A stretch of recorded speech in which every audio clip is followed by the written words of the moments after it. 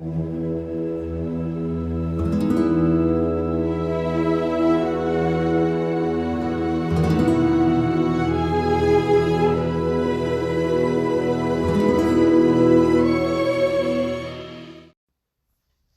back, everyone. This is Dave from Corn Productions, my co-host Stacie, here to talk about Sullivan's Crossing, Season 1, Episode 9, Can't Help Falling. I got the title right this time, right? You did. Okay, yeah. Cool beans. The episode's description reads as follows. Maggie's medical training is put to the test as she races against the clock to save the life of a friend. The episode was directed by Jerry Ciceretti. That's my best guess on that one. I couldn't really tell you if that's the correct pronunciation, but I did in fact try. The episode was written by John Galligan. And before going any further, I'll tell you a couple of things. One, this is not a spoiler-free podcast. If you haven't watched the episode, I highly recommend you go and check it out, and then come back and give us a listen.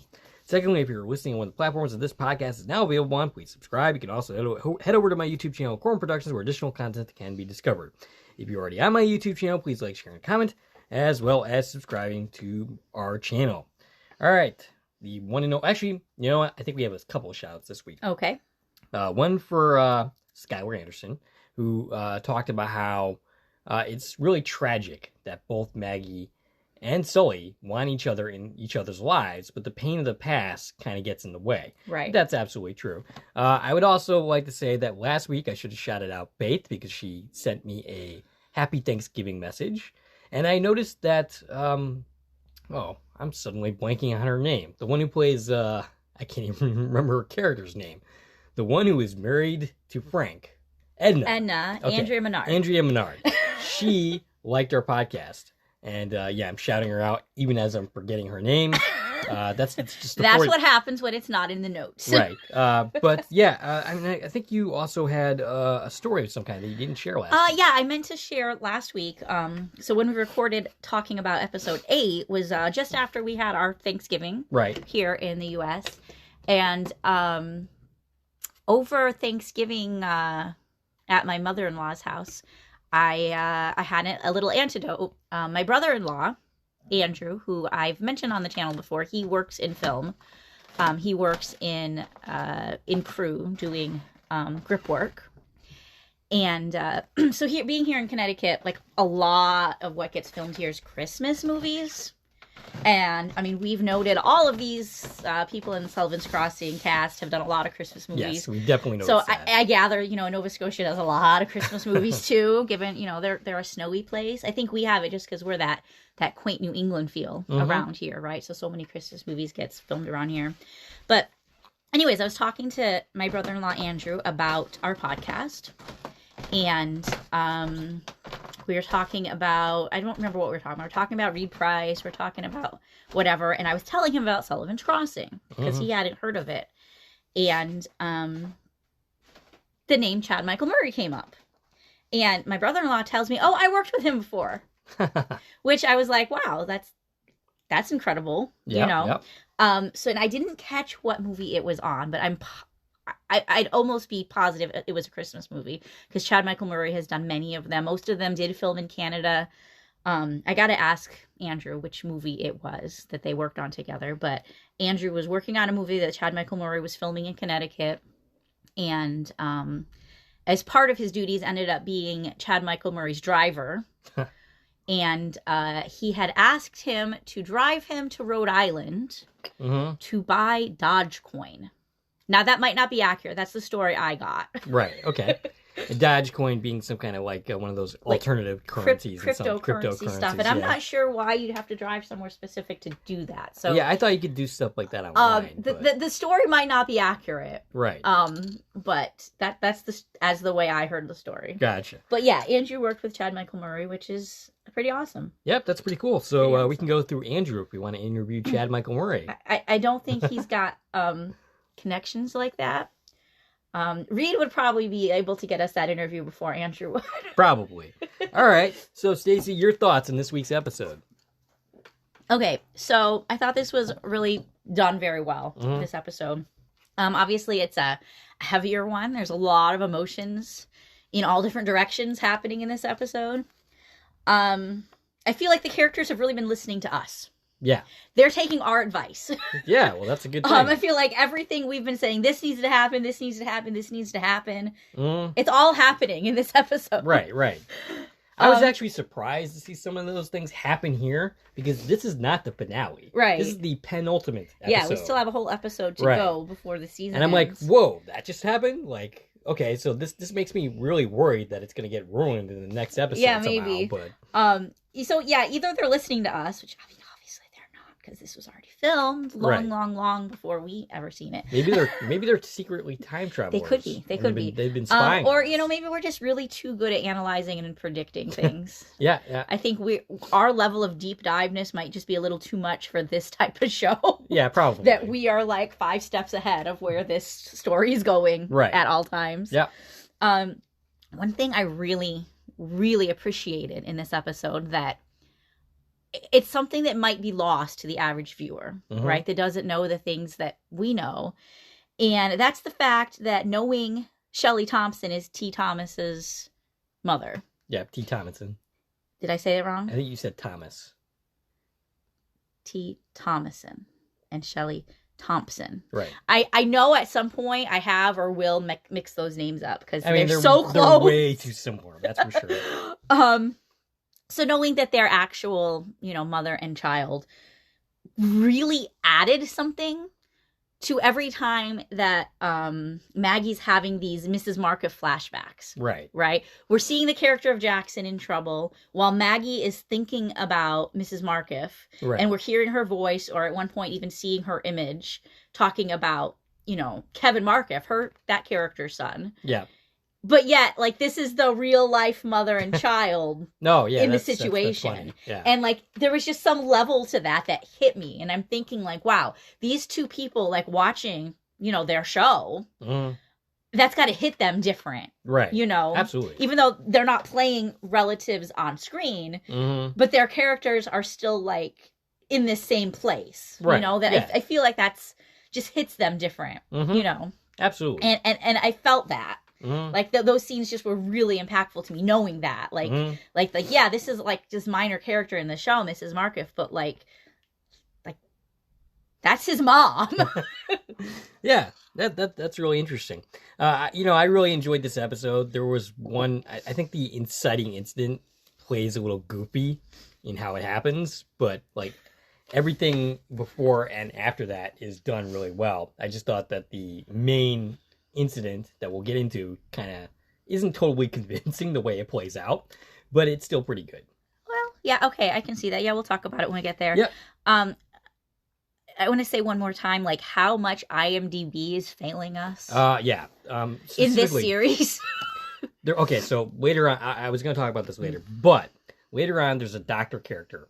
She looks like Frances Fisher, and it would make sense that it is her because Frances Fisher was also in The Sinner, like a lot of these actors are.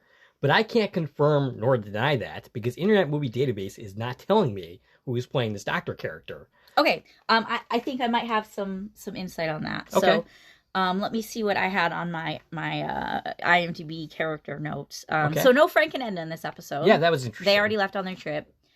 Are we going to even see them in the finale? I'm assuming they're going to come back for all the big stuff happening. I think we might get a little time jump.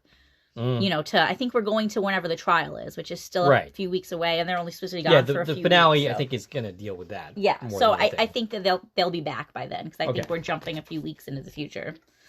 All right. But yeah, they are credited, which, I mean, that makes sense. It's not abnormal for a series regular to be credited in episodes they don't appear in. Right. So I'm okay with that.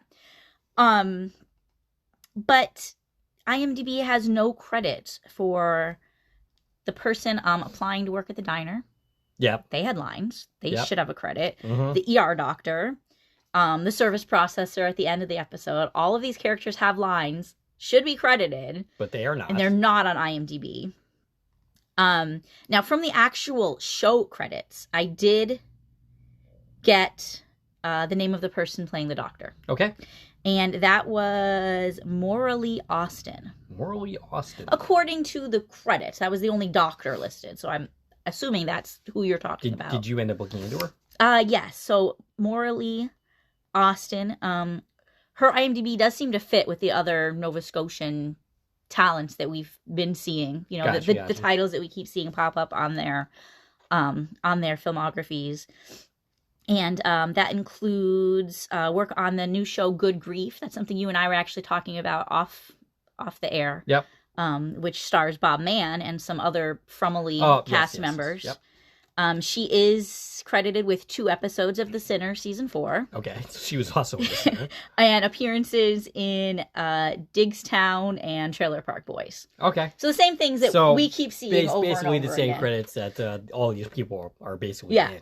Yeah, it's really funny how I can tell, like, oh, this stuff was all filmed in Nova Scotia because I'm seeing these titles over and over and over again. Yeah, I guess that's, that comes from, doing so much work on this show and others related in Canada, in Nova Scotia specifically. We're really, like, focused in on it now. Mm-hmm. It's like, it's weird. Like, I feel like I have this new level of knowledge. It's like a secret code or something. Yep. But yeah, the bottom line is somebody really needs to go fix the Sullivan's Crossing IMDb page. People are not getting credited.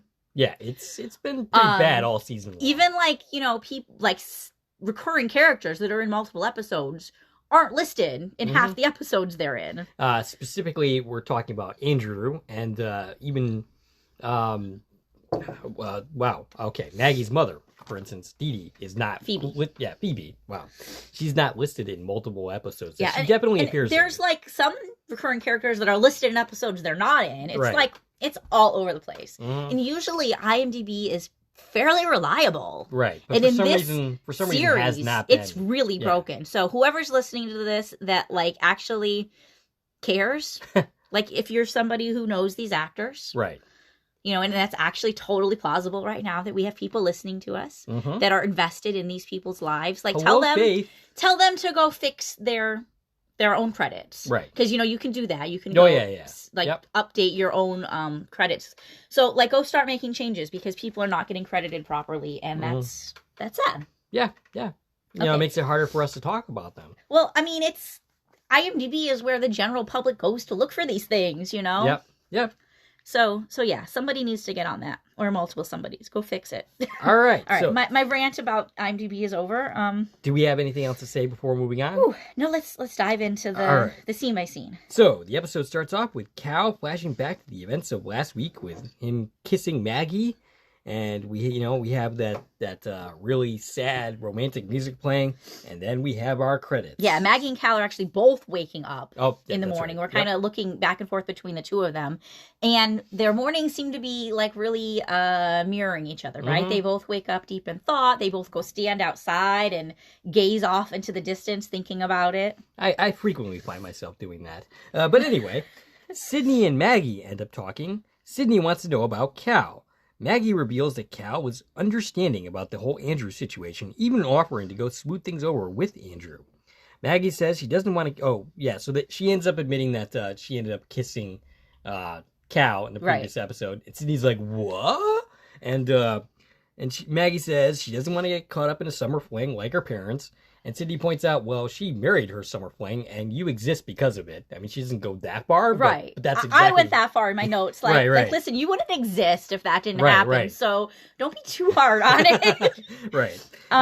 But yeah, Maggie was like, Sydney, please don't lecture me. I don't need a lecture. I know I shouldn't have done it. And it was funny because Sydney's just like, I was just going to ask you if he's a good kisser. Right.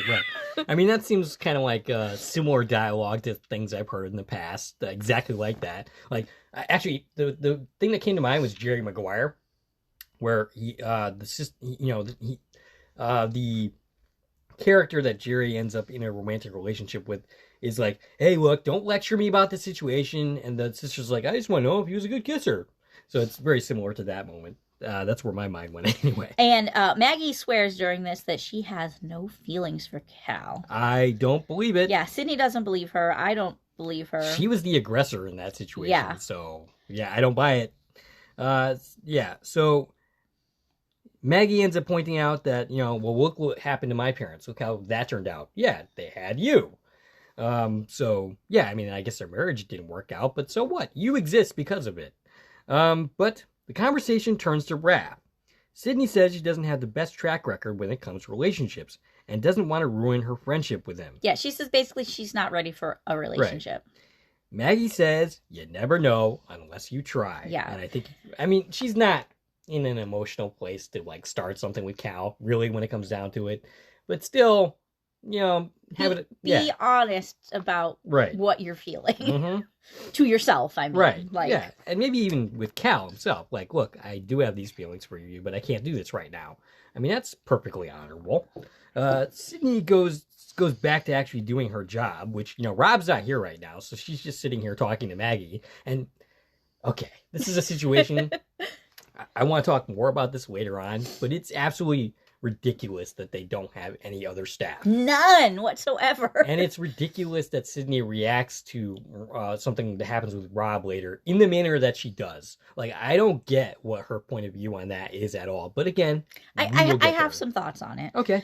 So yeah, Sydney's sorting through the mail. And right, that's a good point. Nobody works here. So when Rob's not there, is she cooking? Does she cook? Cooking, cleaning, serving tables. I mean, I know we've seen him do all of those roles, but I don't think we've seen her in the kitchen. I mean, how else are people getting served? I know, right? It's not like this is McDonald's. Do they have employees? They just haven't shown us. I mean, that would make some sense. Otherwise, it's not possible. Okay, so from what we've seen, this building is open from early breakfast, all the way to, like, this late night life. We've talked about this numerous times. It does not make... Let's say that they open up at 8 o'clock.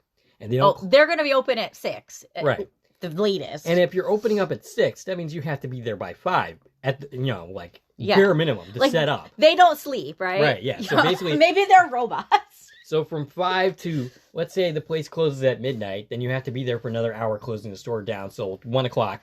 When do you have time to sleep? When do you have time to take care of your kid? Maybe that's why Finn is having so much emotional problems here. Because you're always working. There is no way this could work with just the two of them. Yeah. There has to be other employees. Right.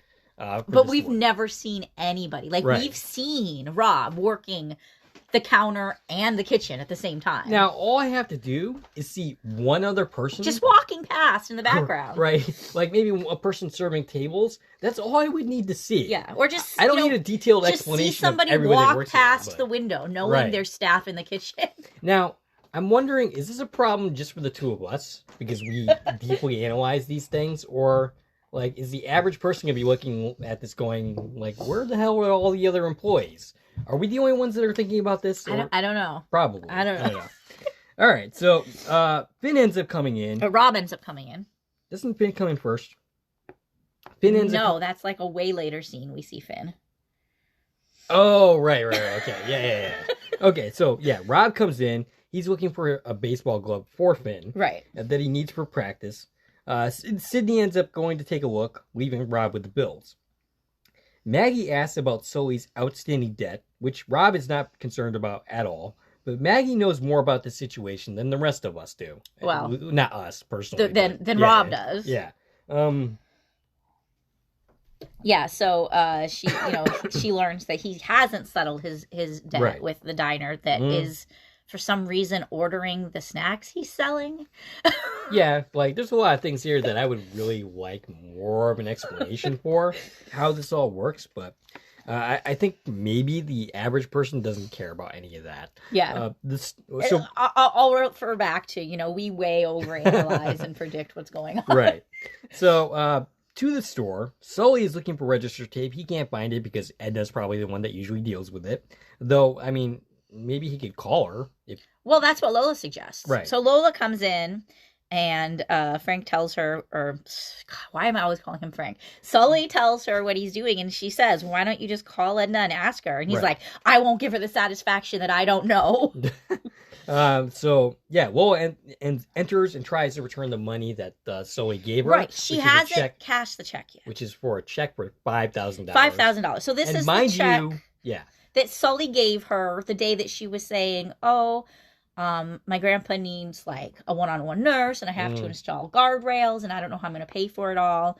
And Sully was like, here's a check. Mm-hmm. So she hasn't cashed it. I mean, it's a business check, not a personal check, but it's a check. Right. The money's probably not in the account anyways, is what I'm thinking. Mm-hmm. Yeah, given all of Sully's money problems, He could be very well be giving her a check that's just gonna bounce anyway. But yeah, for all intents and purposes here, we're being told that she has that money, it's there waiting for her to cash, and she wants to return it, which makes sense because it was for her grandfather's care, and that's no longer a factor. Mm-hmm. And Sully's like, no, I want you to keep it. Hey, Sully, need I remind you that you have severe money problems? Right. Now, I'm guessing the $5,000 is a drop in the bucket of your problems. But every penny's gonna help when you're exactly. this desperate. Right. Like, give the bank something so it looks like you're trying. I don't know. Like, I guess he's just way too proud here, I guess. Yeah. And he's like, keep it. You can use it for school. And we finally got some clarification on what's going on in Lola's life. Right. Yeah. Like, she had mentioned school before, and we were like, okay, is she? So she tells us here that she's enrolled in one summer class because she had to slow down to help with Roy. Gotcha. And yet she still wasn't around. She wasn't around. So if you're only taking one class, so that's like 3 hours a week. Right. Where are you? You were not there for Roy. Yeah, I would very much like to know the answer to that question. Yeah, so she basically says, I don't need the money for school right now because I'm good. Right. I'm just taking this one class. I mean, maybe, could she have used the money to help with Roy's burial and final expenses? I mean, that stuff's expensive. It is definitely expensive. But that doesn't come up. That topic doesn't come up at all. We assume that Roy had that covered, I guess, because we're not questioning non-existent that. Will. So anyway, she offers to help run the store in Edna's absence, at least the lunch counter or whatever. Yeah. So the impression I got is she's like, I don't want to just take this money from you, but let me help you work. And that's honorable. It's honorable, but also I don't think a day of her work is worth $5,000. No, she would need to work at least all summer. Yeah, basically a couple for months the level of help I know she's gonna give. Right. So yeah, and she basically reasons that this would be a good time to spend some time together. Yeah, and Sully is like, yeah, that would be great because Edna's sandwiches are almost all gone. He only knows how to make egg salad. And he doesn't know how to put turkey on a sandwich. Right? Like that's less complicated than actually mixing I can do that. Egg salad. But the look on Lola's face, and I don't know if this was intentional or if this is just how Amelia played it. That's her name, right? Amelia? Yeah, Amelia. Yeah. She had this look that was almost like, great, I didn't expect you to say yes. Like, it looked like I offered to help, and I'm willing to help, but I don't want to help. Yeah. That definitely, I could see that being a Lola thing to do, for sure. So we cut to Caleb and Jackson getting ready to go on a climb, and they're wearing helmets. Caleb is claiming to be perfectly fine. And it's all smiles in the scene. Based on the preview, we know that things are about to go very, very wrong. Right. So they take a selfie before they start their climb. And Jackson reminds us there's no service out here. So you're going to have to wait till we're done to actually post the selfie. Right. An important thing to remind us. Right. We do not have cell phones. Right. Cal enters the store and is surprised by Lola working there. He asks for one of their sandwiches, and she thanks him for suggesting the lawyer that she ended up getting, and then puts it on his tab. Yeah, puts a soda and the sandwich on his tab. Are you ever going to pay for that, Cal? Right. Yeah. How big of a tab do you have? Right. And the fact that this is allowed isn't just another instance of, Sully, you need money, so you need to stop allowing this kind of stuff. Yeah, because I have this feeling that put it on my tab is code for I'm never going to pay you because you're never going to ask me for the money. Right. Because you're too nice and friendly. Mm-hmm. But we get the impression that Cal has quite a bit of money. Right. So Cal just offer all the money to pay for Sully's problems? Well, I mean, he probably couldn't just pay for it, but he definitely could, help in some way. Right. To get this sorted. Right.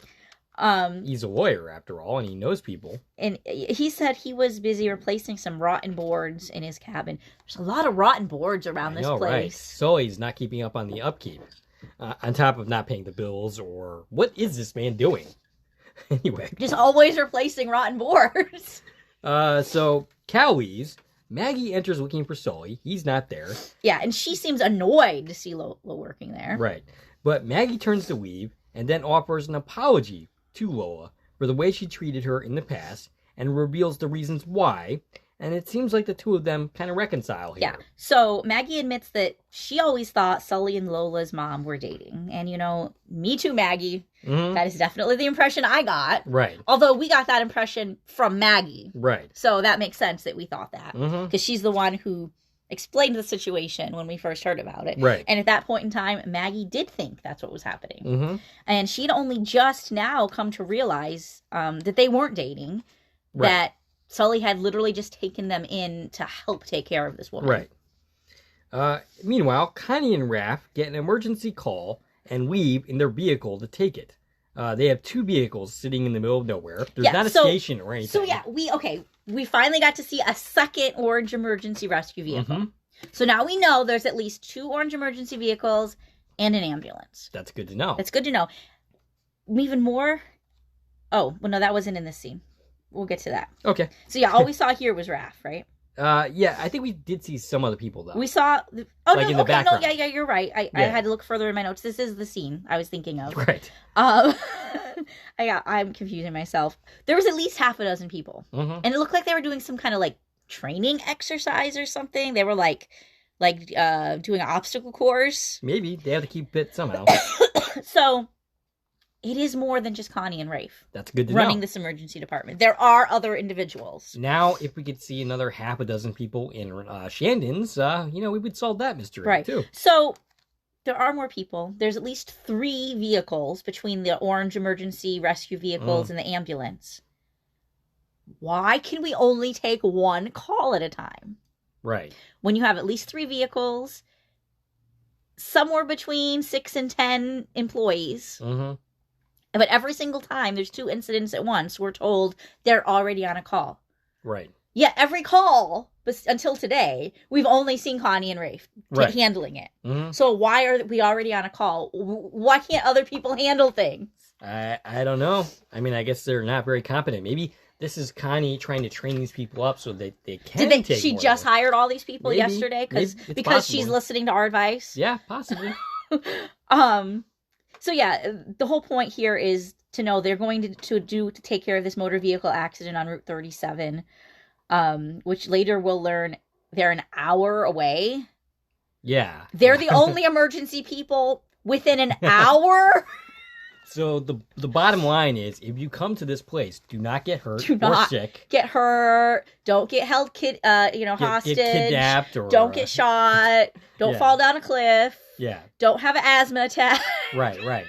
So basically, if you come to this place and you have a medical emergency, you are screwed. Unless Maggie's there. Right, yeah. In which case, she can not only, patch you up with a credit card, but then go negotiate with terrorists and get some hostages released. But anyway, Caleb and Jackson end up climbing. Caleb ends up taking off his helmet, which is a dumb thing to do, and Jackson points this out. But he says, we're just going to take a selfie and we'll put our helmets right back on. Now, Jackson is the expert here. Yeah. This is his job. Yes, he should not be allowing this. He should not be allowing this. He shouldn't just be like, okay, you're right. And the problem is Jackson is... He's got hearts in his eyes. Exactly. And he's not like... He's feeling things. He's not objective. Yeah. He's not being rational. He's not using his brain. He is just like... He's on a date in his mind. Right. But really, no, you're on the job. Mm-hmm. You are the instructor right now. Yeah. And he's forgetting that, he knows better. Right. You know better than to take your helmet off and then stand on top of this ledge, which was not flat ground. It was a round rock you're standing on top of. Yeah. So Caleb admires the view and then very nearly slips, which should be the first indication, hey, put your helmets back on. Right. Jackson tells him to be careful, and Caleb says, that wouldn't have been good. Yeah, no kidding. Yeah, and he decides, this would be just the most romantic time to profess his feelings. Yeah, and Caleb. And to start trying to kiss him. Yeah, they're about an inch away from kissing. Right. So Jacob is getting nervous and says he wanted... Jacob. Did I say Jacob? Jackson. I'm like, who's Jake? Oh, is that their ship name? Oh, Jacob. Wow, okay. I just accidentally came up with that, but all right. That works, I think. So yeah, he's getting nervous. He says he wants to talk talk about something. Caleb admits he knows. They are about to kiss when Jackson suddenly slips and falls backwards onto some rocks. Now, this little moment here plays extremely goofy. He's like, ah! But it's... I felt like there was a weird camera cut. Mm-hmm. And, yeah. It was, I felt like there was something missing in this scene. Yeah. Absolutely. But also, it does go to show it only takes 1 second for tragedy to hit. I mean, that part of it is very true. Right. You could totally go from being okay to falling to your death in the blink of an eye. Yeah.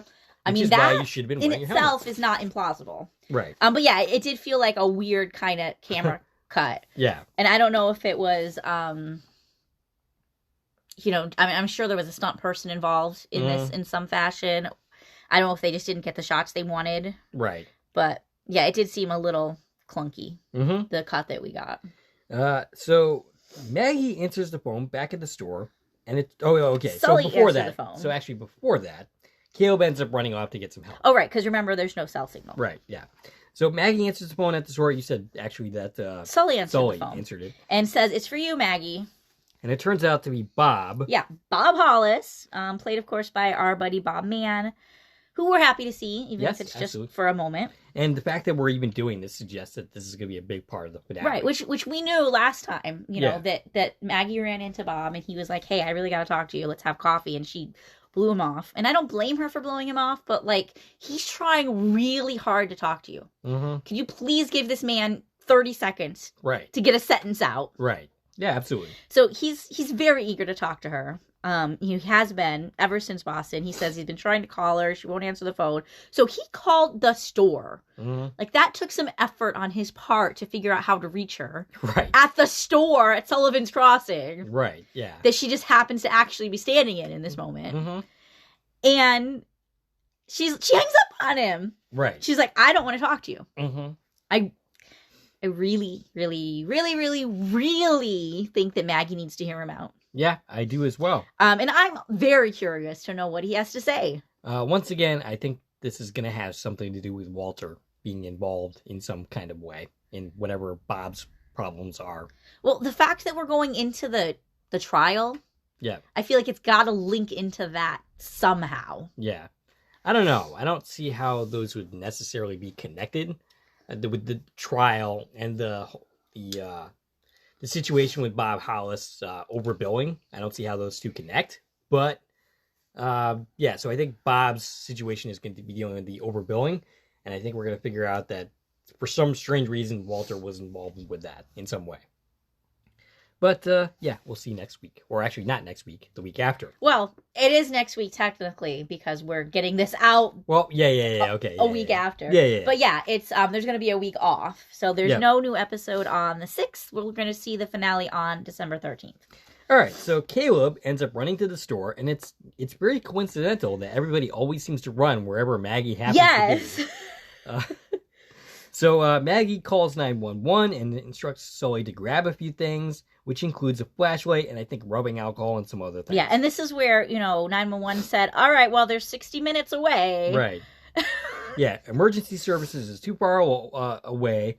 So Maggie's going to head out there with Sully driving. Yeah, but you know what? Good for Maggie. She didn't object this time. Right. She wasn't like, "Call the ambulance." She called the ambulance. Mm-hmm. But remember, the first few times there was emergencies and they asked for her help, and she was kind of like, "I don't work here." Right. She's in it now. She's willing to go help. They don't seem concerned about leaving the store.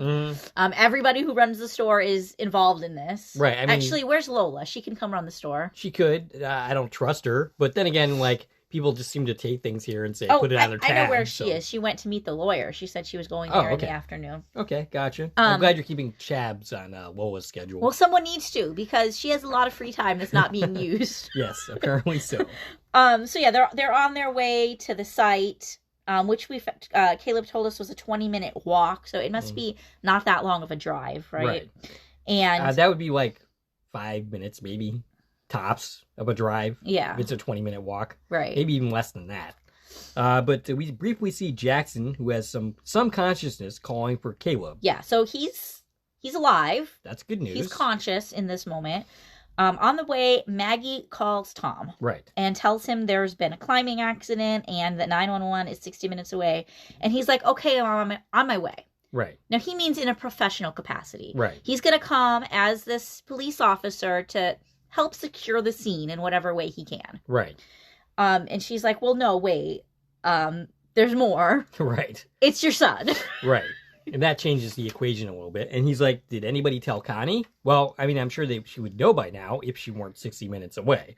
But yeah, she hasn't been able to get a hold of her for that reason. Yeah, and I'm sure that if Connie knew this was her son, they'd be a little quicker wrapping up this accident that they're at.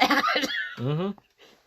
At Shandon's, Finn enters without his dad and hugs Sydney, asking if she can take him to the park later. Finn goes off to the back, and Rob enters. He was trying to teach him how to throw a curb, but the only thing he was throwing was a fit, according to Rob. He was trying to teach him how to throw a knuckleball, according to my notes. Oh, okay. That's probably more accurate. I don't know baseball terms, so I'm not sure what any of that means. Well, it's a different kind of pitch. Like in baseball, you had the knuckleball, you had the curveball. But yeah, we won't get into that. Well, we can ask Reed about it. We could. That is actually a question that we could ask him when we have him on again, which is in the works. A very, very real possibility. We plan on having some great interviews coming up, actually, probably in the new year. Mm-hmm. But yeah, Reed actually, used to play baseball. Yep. So, and I wonder, that's something I want to ask him, did he have any input in the fact that Rob plays baseball, right? And that this baseball bat is part of the equation. He's teaching his son baseball. Like, was this just happenstance, or is this because Reed was like, "Yeah, I used to play baseball." Yeah. I'm not sure if the character started off that way, or if that's just information that was thrown in because of Reed's input. I could see either way being the case. Sydney suggests that the two of them go and do something fun, which doesn't involve teaching or lecturing. Yeah, because Rob's very distraught during this whole scene. He's not connecting with his son. He doesn't really understand why Finn is being, defiant. Mm-hmm. And they really have had a disconnect lately. And it's sad. Sydney advises him to spend less time at the diner and more time with Finn. And this little piece of advice is extremely important for what happens later. Because Rob's going to take this to heart. Mm-hmm. Now, the problem, which I'll get into more later, is communication. Yes. This family is not good at communicating. No. I mean, nobody in this show is good at communicating. No. And that's actually maybe that's a Canada thing. Maybe they're really bad at just communicating in general, because that's the same thing that they complain about with the show often, is that nobody communicates. Nobody communicates. We need to go talk to Nova Scotia, because they need to learn how to communicate. Yeah, I mean, I'm not the one to teach communication, because, that's one of the reasons why my marriage didn't work out, was bad communication. So, yeah, I won't be teaching that lesson, but you probably could. Anyway, Sully, Caleb, and Maggie arrive at the scene. Maggie climbs down to see Jackson. He's breathing normal. Nothing's broken. She examines his eyes, which look cloudy. She checks his pupillary response. Right. See, that term we got, it's the same thing, that she did for Kyle Markiff, that the nurse is lying about, saying she didn't do. Right. And she realizes there's a problem. She says she needs Sully to take Caleb and be on the lookout for others, and asks for a cordless drill. Sully asks, what for? And Maggie tells him he doesn't want to know. Yeah. And neither do I. Okay, but I've watched the Saw movies. Well, not only that, but I also we both used to watch House. Yeah. So we've seen scenes like that. So we kind of know where this is going. Yeah, I know exactly where this is going. Because like I was saying, I've seen the Saw movies. And Sully should know where this is going to. Because he was in the Saw movies. Oh, that's right. But I don't think he was in the scene where Jigsaw got his head drilled open. So. Okay. But he wasn't watching his own movie? I mean, yeah. Okay. He was adjacent to that. He was in that movie, but he wasn't in that scene. I don't think he actually, got to see the way that you drill holes in someone's skull to relieve their brain pressure. Well, I can say safely that he is not missing anything. That is not something that I want to see either, which is one of the reasons why I would not become a doctor. and why I would be terrible in assisting Maggie in this situation. Yeah, yeah. Unlike Cal, who does a pretty good job. Anyway, speaking of Cal, he arrives at the scene and goes to help Maggie out. Yeah, he's got the drill, and he's like, what do you need this for? Caleb blames himself for having Jackson take the picture, and yes, he is partially responsible for the situation, but so is Jackson. Right. I mean, and I think Caleb is completely spiraling at this point. Right. But yeah, it is kind of his fault. Like, you are the one who, like, caused this to happen, but Jackson was the person who was the professional in this situation that should have not allowed this to happen. Right. If it was the other way around, 100%, I'd allow Jackson to blame himself if Caleb got hurt. Right. Yeah, absolutely. But Caleb isn't a climber. Right. So, yeah, you're the one who, like, told him to do this, but it's not your fault that he listened to you. So he wonders if Jackson is going to die. Sully says that Jackson is actually in good hands. Yeah, Sully's trying to calm Caleb down. He's actually doing a really good job of, like, crowd control. I mean, he generally does a good job with that kind of stuff. But Maggie explains to Cal that he has a cerebral hematoma, and that she needs to drill a hole in his head to relieve the pressure. 3 holes she needs to drill. Specifically. She needs him to hold his head steady while she makes these 3 holes. Yeah, and she tasks Cal with sanitizing the drill with rubbing alcohol and getting her a 1/2-inch drill bit. That sounds like really big holes she's putting in this skull. Well, I mean, you do have to go through 3 1/2-inch holes. That's substantial. Yeah. That's terrifying. Yeah. You. I mean, like you said, you have to go through the skull, which is at least 1 inch, probably, right? Well, no, we're talking width of the hole. Oh, okay. Yeah. Gotcha. 1/2 inch. Yeah, that's quite a hole. So, yeah, he says he can do that. Tom arrives, demanding to know where Jackson is. Sully has to hold him back. He's like, I didn't say how he's doing. I want to know where he is. And he eventually ends up collapsing, being upset. Yeah, Sully basically is trying to keep him here instead of, letting him interfere with the rescue. And I think they should have done more of an effort to keep Connie out of this situation, too, later. But we'll get to there in a minute. Well, I mean, with her, at least she is a professional. A rescue professional. Yeah. She could be helpful in the situation. But she goes straight to pieces as soon as she realizes Well, of Jackson. Course. But so it would have been worse if they let Tom go down there right now. Absolutely. Yeah. So they did a good job of keeping him back. Tom started getting aggressive with Caleb, blaming him. But like you said, he ends up just a crying mess. Worried about losing his son, of course. Totally understandably. Maggie tells Cal that he needs to be held completely still. That if he starts to feel nauseous, he needs to power through that. And like I said, I would not be the person for this. Keep me away from the situation. Yeah, that's... I don't do blood. Yeah. Cal asked Maggie how she's going to know when to stop the drill as she's using a knife to cut incisions where the drill's going to go. And she's like, well, in the ER, we have a stop mechanism. But, of course, that doesn't exist on the power drill that, is meant to drill holes in a wall. Right. Not through skulls. So she's going to have to rely on feel and sound. Now, which just adds, like... Yeah, that's such a layer to your thought process, thinking about what this is going to feel like in her hands. Right. Like, Cal, do you even want to ask this question? Yeah. Like, why are you asking? Right.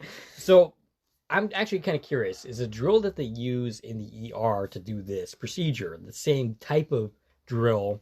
I mean, I get that they're different, but is it the same kind of...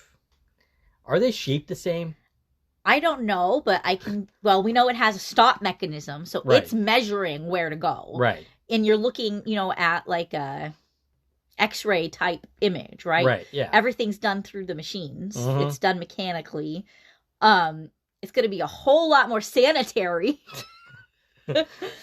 I'm assuming that they have a specific shape that they would use for this situation and not like something you would drill into a wall. Right. It's probably at least a little different. You know what? The more I think about this, the less I want to. So, yeah, it just sounds super horrible. And this is when, Maggie's saying all this, that she has her first little moment of self-doubt.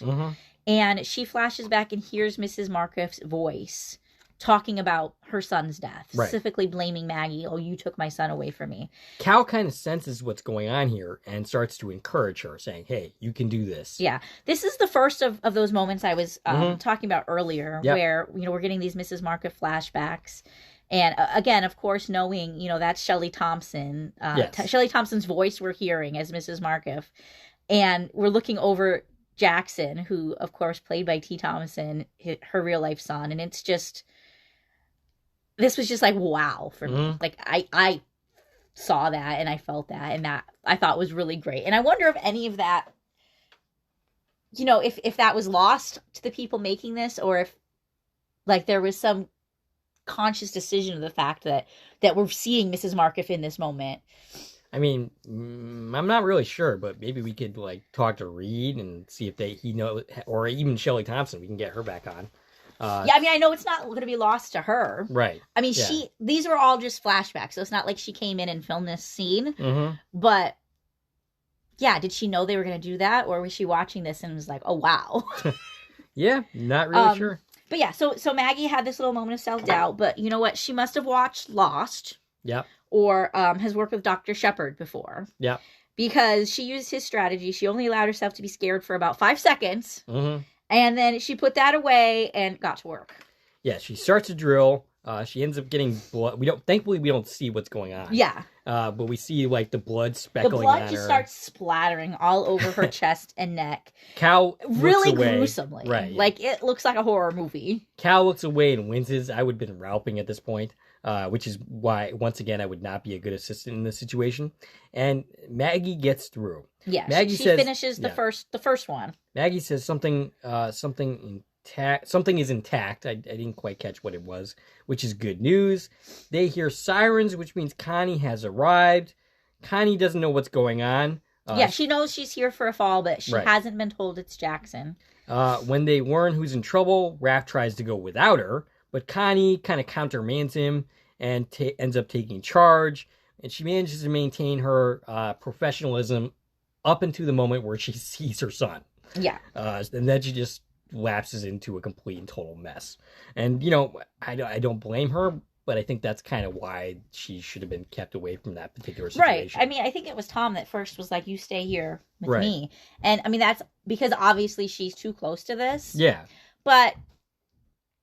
And there are other people. So there's 3 other rescue people, plus Maggie and Cal are already down there. So, yeah, there was room for her to stay back. Yeah. But, if there were less people, she would be capable of helping. So I don't think it's an absolute, especially, in this environment when you're shorthanded a lot. I don't think it's an absolute 100% black and white, oh, you're too close, you shouldn't help. So you think she didn't keep her professionalism because she didn't really need to? I feel like the way that they are so isolated, it's not abnormal for them to, for instance, be helping people they know. Right. Not necessarily, okay, this is her son, like that's closer, but I'm sure lots of times she's been involved with people she's friends with and is close with because they're the only people out here. Right, okay, makes sense. So they follow maybe a little less strict rules than you would, in a city when there's hundreds of rescue people. Right, okay. The same thing, with Tom, in like police responsibilities. Like everything's going to be a little more personal when you're in this kind of isolated country setting. Gotcha. Makes sense. And I feel like this kind of reflects on, when during the whole, I forget which episode it was, when he was so mad about how Cal and Maggie got involved in the hostage situation. And it was like, oh, you should have stayed out of it. Like, I think this reflects on that. Like, things are just kind of looser here. And it's harder to stay out of things when there's just less people around to help get things done. Makes sense. So Maggie explains what she's doing, and she still has one more hole to drill. There was a second hole that was drilled that we... Yeah, during all this, they must have handled the second one. Connie insists on saying she needs to be there for Jackson. Maggie successfully drills the last hole. Maggie checks his eyes. They've cleared, but he is not out of the woods, and the EMT crew get him out of there. Yeah, they had to carry him in the stretcher, like up that rock face. So it's a good thing 4 people showed up. Yep. This week it is definitely a good thing that Connie decided to hire some more people. Yeah, it's a good thing we got some extras this week. Yep. Sully tells Cal to take Maggie to the hospital, and that Sully is going to take Caleb back to camp to let his let his father know what happened. Yeah, he doesn't want to go to the hospital. We haven't seen him since like the day we met them. Right. What's his dad doing? I don't know. Just hanging out at the camp. Reading some books. Yeah, we haven't seen him. And, right, like, you'd think Caleb would want to go hang out at the hospital and wait for the results. Right, and so he could go and easily talk to Caleb's father without Caleb. Or, like, go talk to his dad and then go to the hospital. Right. But no, they never make it to the hospital. Right. So, at the hospital, they encounter the doctor, who I thought was Frances Fisher. You thought she was another actress that you have in your notes. Let me grab her name again. According to the credits at the end of the show, it's Morley Austin. And she's pretty close to a Frances Fisher lookalike. I'd have to look at both of those people to see, but apparently they're both in the center. So yeah, that's interesting. Maggie wants to be more involved, but she's shut down because she does not work at this hospital. Connie is comforted by Tom.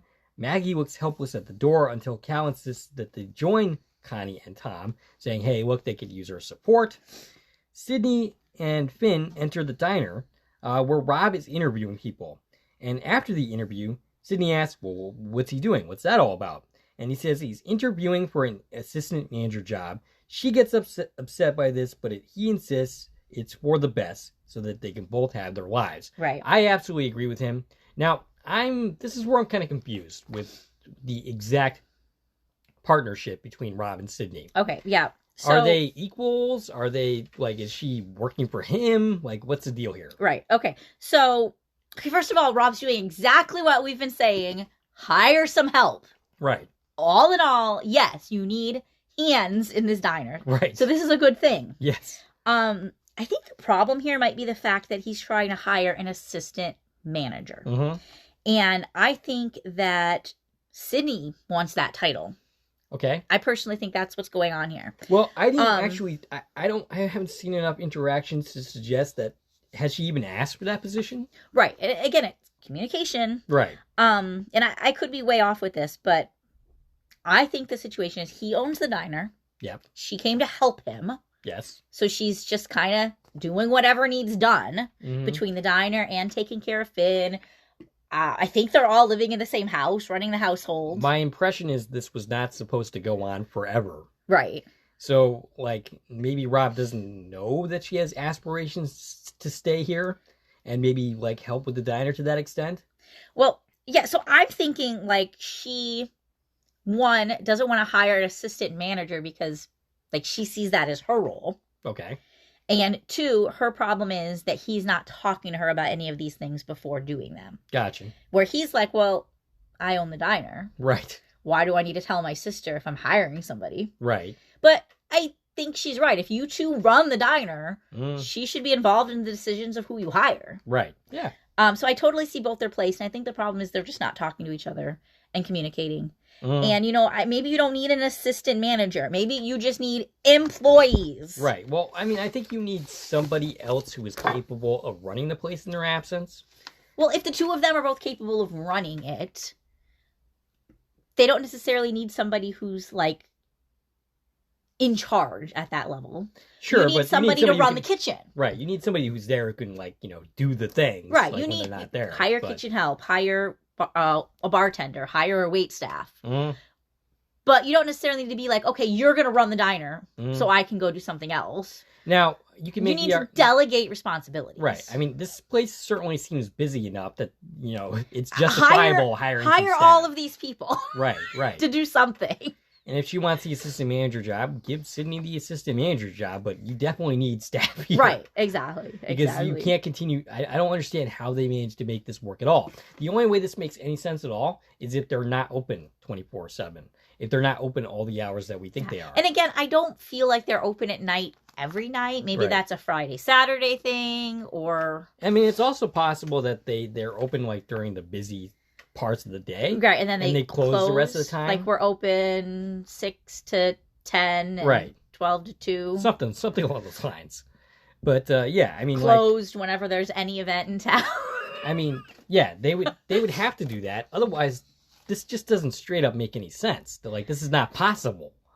Like, not with getting sleep and taking care of a kid. Maybe those 6 rescue extras that we saw today also work at the diner. Right, and maybe Maggie does as well. Maybe that's where Lola is some of the time, even though we never got any hint of that. I would really like some clarification as to how this even works. But then, once again, I think the average Joe viewer doesn't care about these issues quite like we do. Well, so one of the things Sydney said is, I'm capable of running things around here. So I do think it's a matter of if he's hiring an assistant manager, like, would they be her boss? Right. Like, I feel like she wants to be partner. She wants to help run this place. And maybe he's not giving her that in her view. She could still be that without being the assistant manager. Like, she could be above the assistant manager, basically a co-owner. Right. And I'm thinking maybe she's feeling slighted here. Yeah. That he's not treating her like she's involved at that level. Gotcha. And hopefully we get some clarification on what exactly is going on in Sydney's mind in the finale. Yeah. And then another person comes in for their interview and Sydney leaves. So they still have to resolve. And by the way, after saying, "Oh, you need to spend more time with your son," she takes off with his son. Yeah, she does constantly. Yes. She says, "You need to spend more time with your son." Okay, Finn, let's go to the park.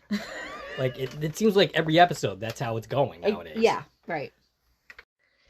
Maggie insists that she needs to be in the OR, and Cal says some things are beyond our control and that they need to let the doctors do their job. She testily says that people have let her down her entire life, and she ends up walking away from Cal. Yeah, and in this, she had another one of those Mrs. Marcus flashbacks, and this time we actually saw Shelley Thompson, and it was a scene from the day that Kyle was actually in the emergency room, and Mrs. Marcus was like, "Tell me my son's going to be okay."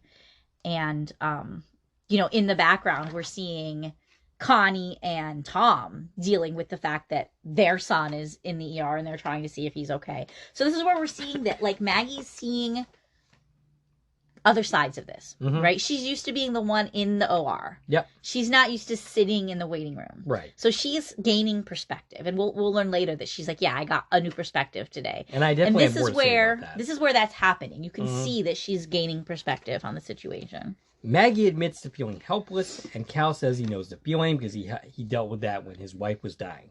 The doctor comes out and says there's another blood clot that they have to deal with, and so there's more crying. Going to do a craniectomy. Ooh, that does not sound good. I don't know exactly what that means, but yeah, I'm pretty sure he's going to have more holes in his head. Yeah, and he already has enough as far as I'm concerned. Tom and Connie end up talking. They both admit to where they went wrong.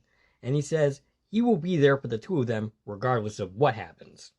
The doctor comes out and says the surgery was successful, but he'll need to be on a respirator for the next 24 hours. But Connie and Tom can go and be with him. Sydney reads to Finn late at night. He falls asleep and says, "Thanks, Mom." And she has a complicated expression on her face. Okay, so this actually led me to a thought that maybe there's a little bit more to the story that we heard from her time in New York with that fling. I'm thinking maybe she accidentally got pregnant with that situation, and that situation was ended up getting taken care of. And perhaps that's some of the reason why she has so much hang-ups with that particular situation. So desperate to add another child to this story. I guess so.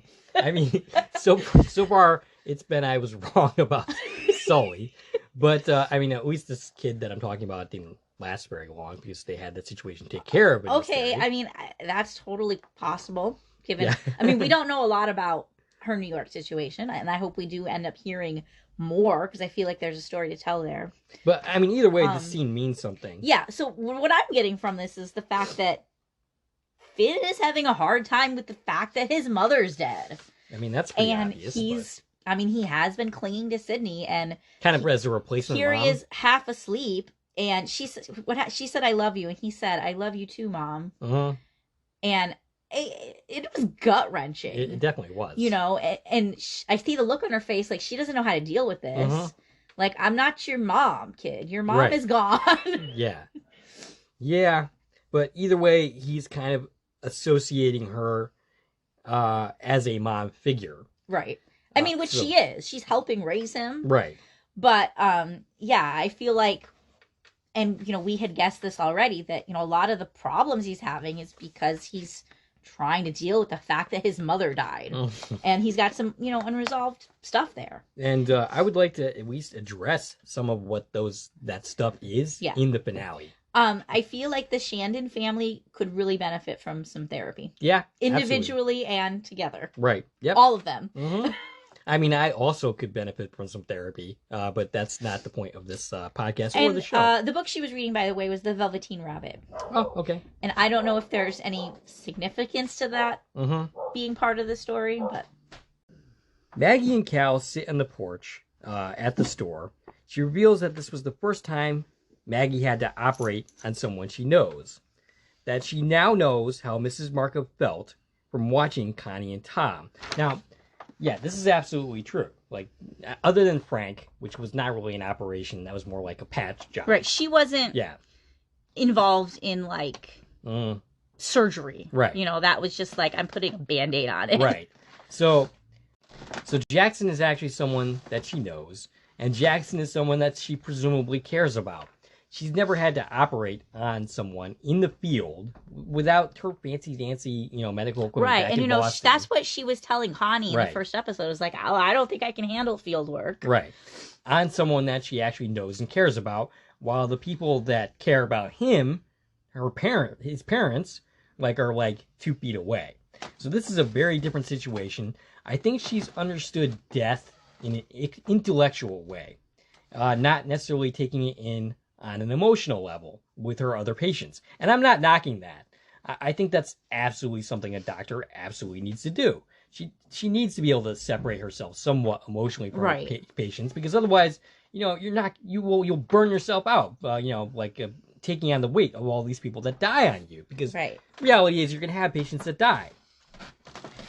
But, part of this is Walter's mentorship too, which in this case, I don't like Walter. I think he's a morally despicable character.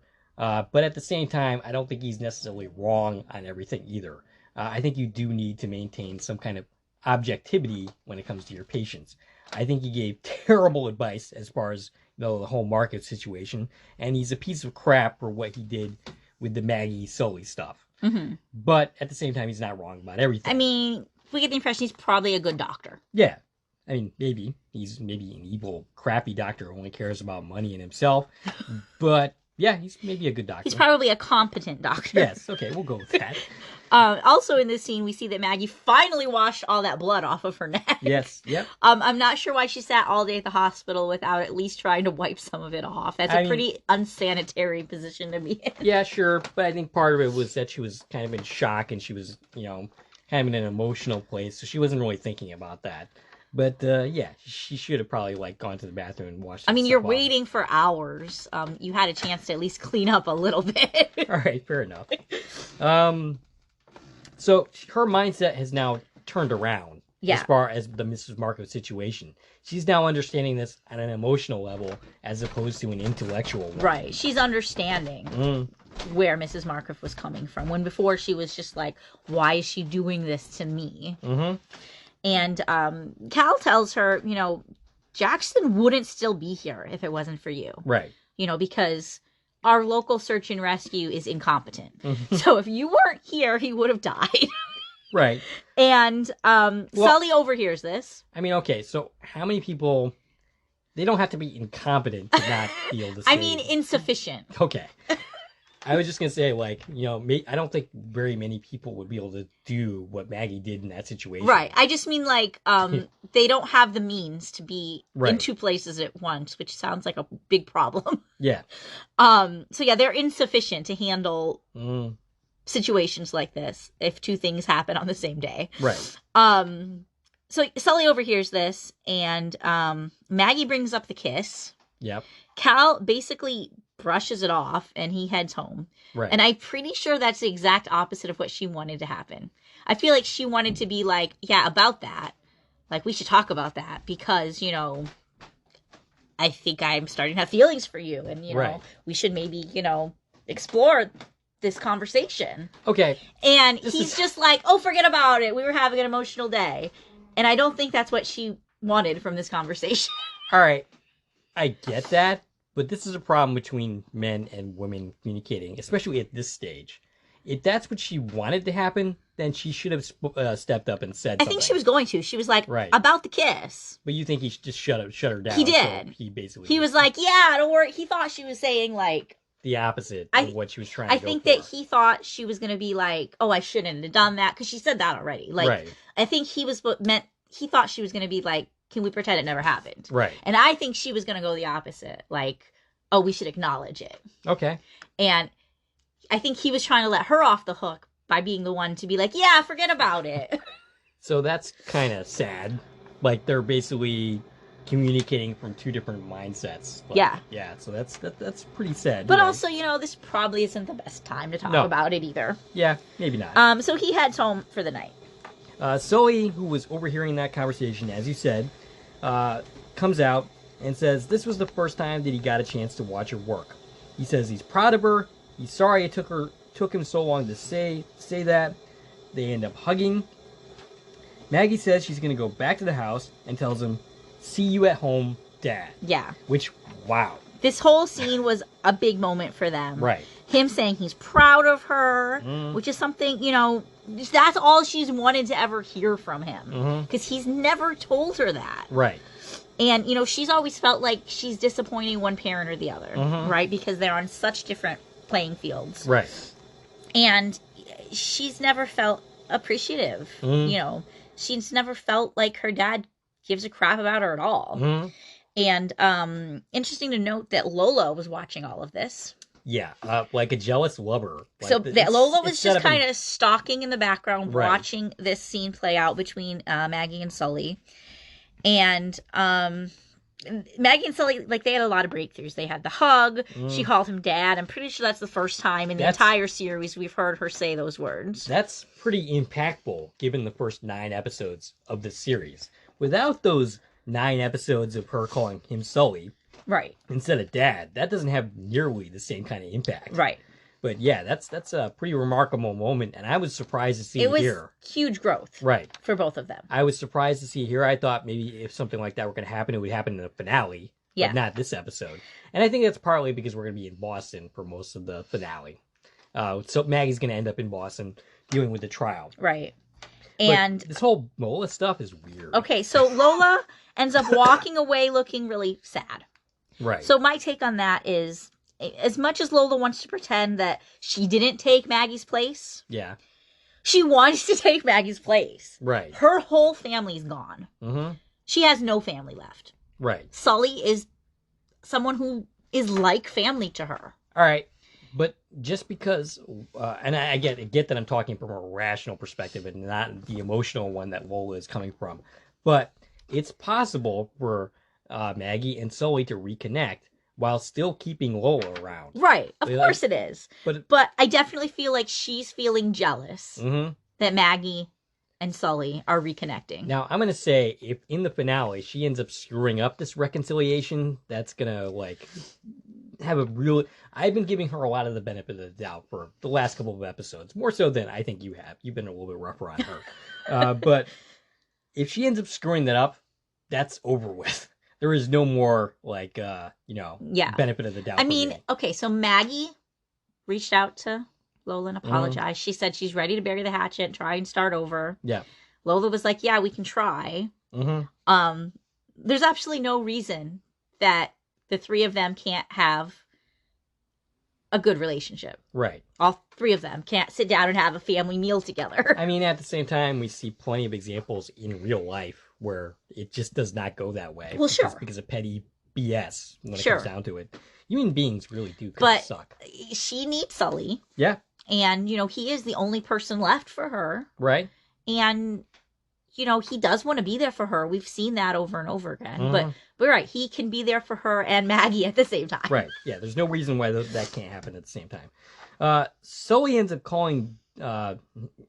Phoebe. Phoebe, okay. I have DD for some reason. Yeah, that's what you said earlier. Yeah. But ends up getting her voicemail. He says that he got a chance to see Maggie for the first time working, and it was really amazing. Yeah, he's gushing. Right. And that he tells her to tell Walter to do whatever he has to protect her medical license. Her place is in Boston helping people. Okay, so I take issue with this a little bit.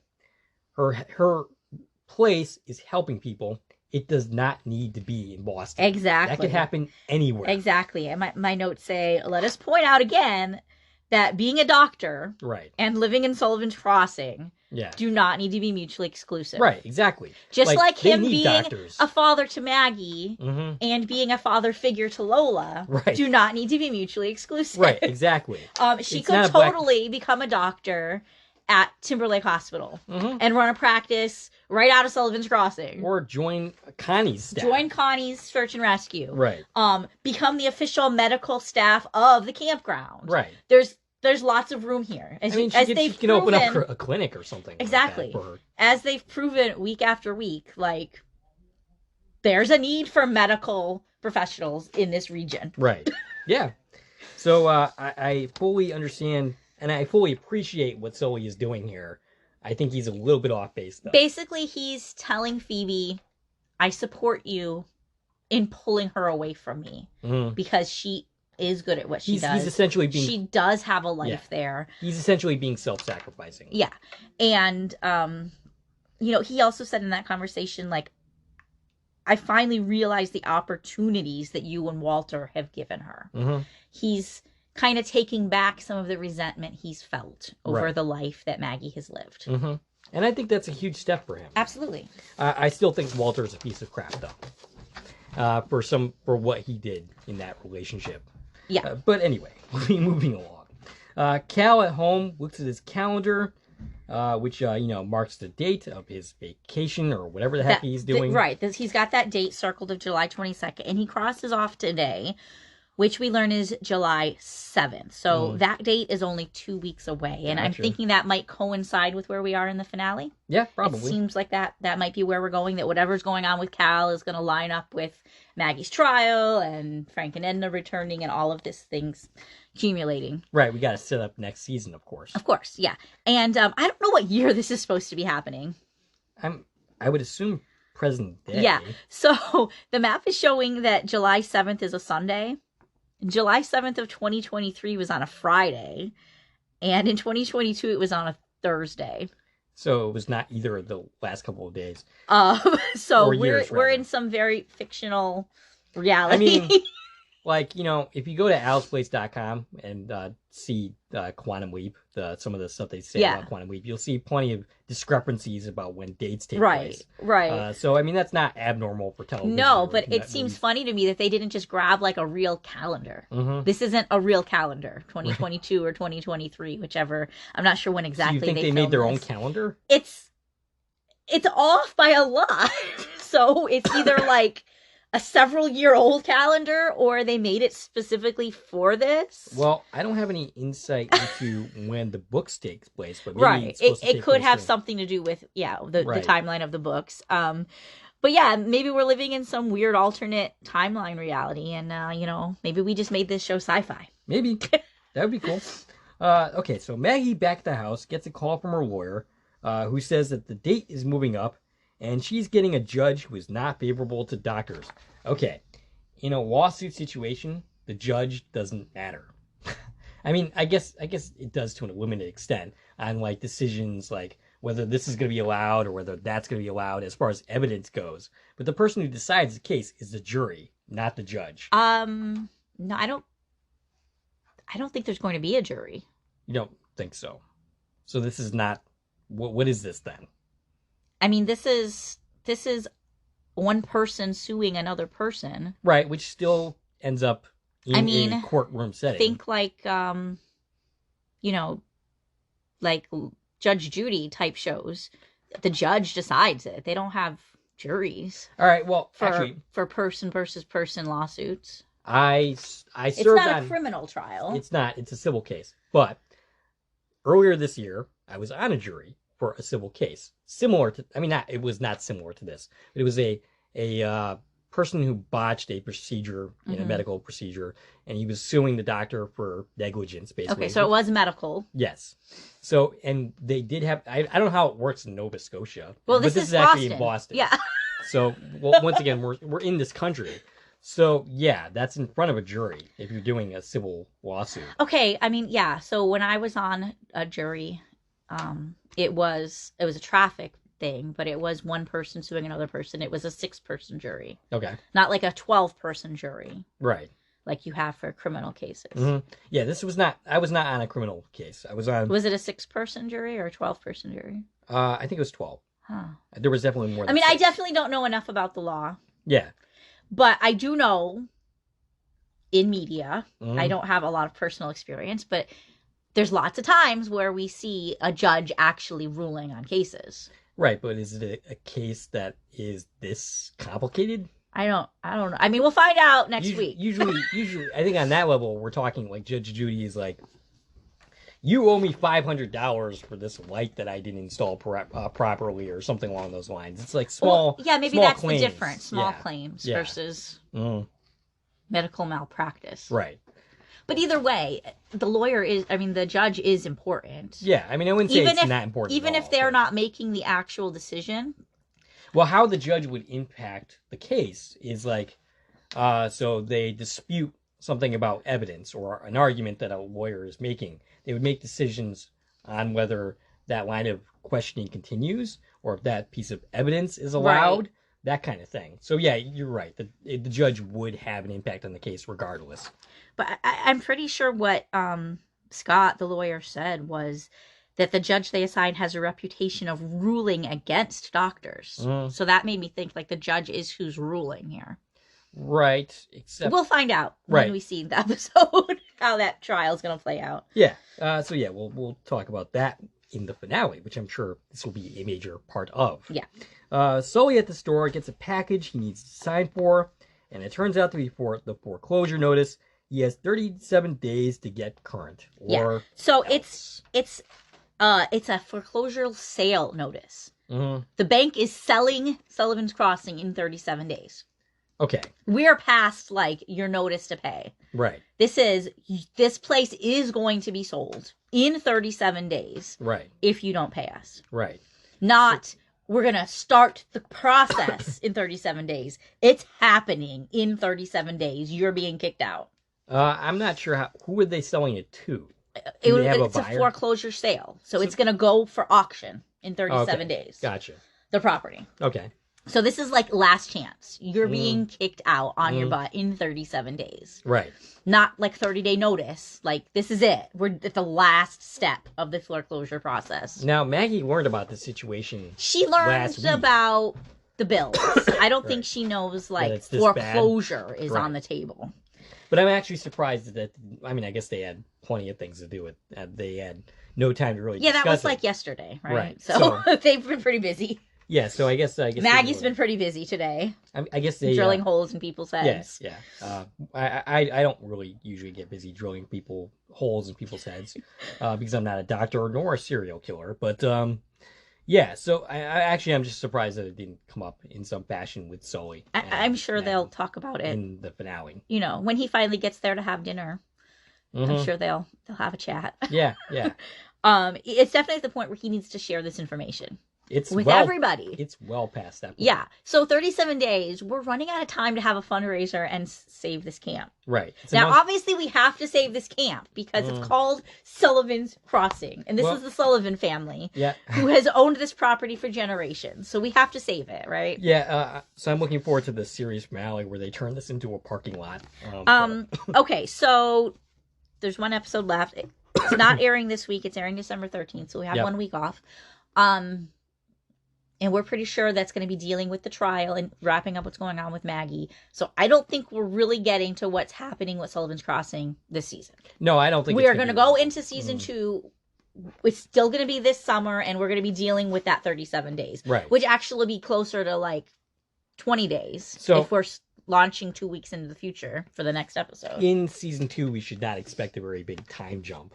I mean, we didn't get a big time jump here.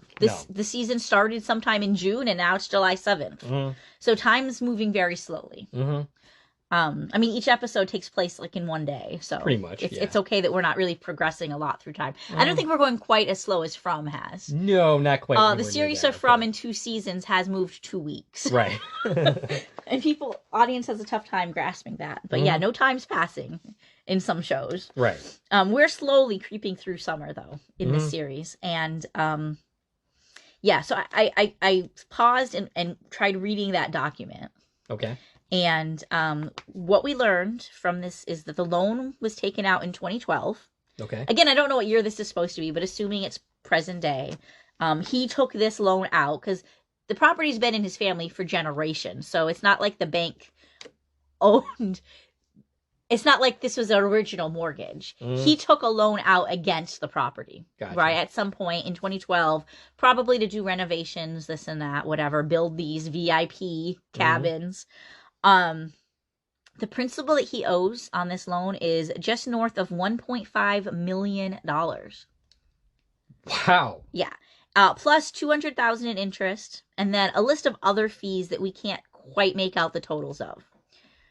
I'm gonna gather it's gonna be close to $2 million, like to pay off the whole loan. So I guess I don't know how much of that is delinquent that needs to be paid in 37 days, right? But it's definitely a lot. Yeah. What so did he spend this money on? That $5,000 check definitely is gonna help. What did he spend that much money on in renovations that in a decade later you're completely broke? That's bad business management if you can't pay on your loan. I mean, after putting that much money into your business. We've pretty much been saying that Sully is actually kind of a lousy businessman. I mean, he lets Cal not pay for his stuff. You know what? If he was communicative with his staff, I think they'd be running things a lot better. Yeah. If they understood the situation. You know, and they'd actually start collecting money for things and not giving away VIP cabins to anybody who, complains about drain rust. Right, yeah. At least make them pay for the VIP cabin. Right. Like, stop giving everything away. Right. Like, you need to make some money. Yeah, bring some income in. Yeah. All right. So do we have anything else to say before we conclude? Again, no episode this week on the 6th, but we will get the finale on the 13th, and then sometime after that, we will give our evaluation on that episode. And then, like we had said earlier, we do have some interviews in the talks that we hope to bring in like probably early next year, January-ish, about this series. And as far as I know, they're pretty close to wrapping filming of season 2. And so I don't know if we got into this or not, but did we discuss the possibility that they were going to air in Canada as well as in the U.S. at the same time? I don't know if we talked about that on the air or not. No. But it is looking, I haven't seen anything definite. We don't have dates, but it is looking like we will be potentially airing in the U.S. simultaneously to the Canadian airing. I saw something, and I don't have a quote in front of me. I don't remember who it was. Somebody representing CW had said in an interview somewhere, and again, I apologize, I don't have any of those notes in front of me to say who or what or when this conversation happened, but I did see something that said CW is partnering with CTV on season 2. Meaning they're actually involved in the production this year in some fashion. Like they already have a contract in place, and I'm pretty sure that means we're going to get both seasons simultaneously. Which would be awesome. Which would mean it's going to be a short break for us here in the U.S. It's not going to be a full year before we get to see season 2. Right. We'll either see it at the same time Canada sees it, or like a short delay. That means no break for us. Not that we were going to take one anyway. We would be covering something. We have plenty of shows we're covering. Yep. But I imagine we'll get a date for season 2 sooner than later. Possibly even when this episode airs on December 13th, they'll announce the date that season 2 is going to start airing. Like, I feel like I feel like it'll probably be spring. Yeah, that would make sense. My guess would be like March, April. All right. Which would be amazing. Yeah. Like to have a new show, like a new season start that soon. Right. Because remember, we're seeing it here in the U.S. This finished airing 6 months ago in Canada, at least. Yep. So they've been waiting a while. We're not going to wait as long as them. Yeah. Ha-ha. Yeah. But so if we do get to view it simultaneously, that's going to be amazing, because then we can talk about it fresh with everybody. Right. The Canadian audience and the US audience, our audience will be on the same page as us, and we can all discuss it together. Skylar can talk with us as we're all watching the episodes. Right. Yeah, so that's pretty exciting stuff. All right, we'd like to hear from you. Stacie, can be reached at? I can be reached on Twitter, X, Instagram, and Threads at TVN Coupon Talk. If you like this video and want to support the channel, there are a number of ways to do so. You can follow me on Twitter at Core Productions. You can join one of my Core Productions Facebook pages. You can buy something from the Core Productions store on Zazzle. You can buy me a coffee, which is a new way to support content creators such as ourselves. And of course, you can like, share, and comment on this video as well as subscribing to our channel. This is Dave and Stacie from Core Productions signing off.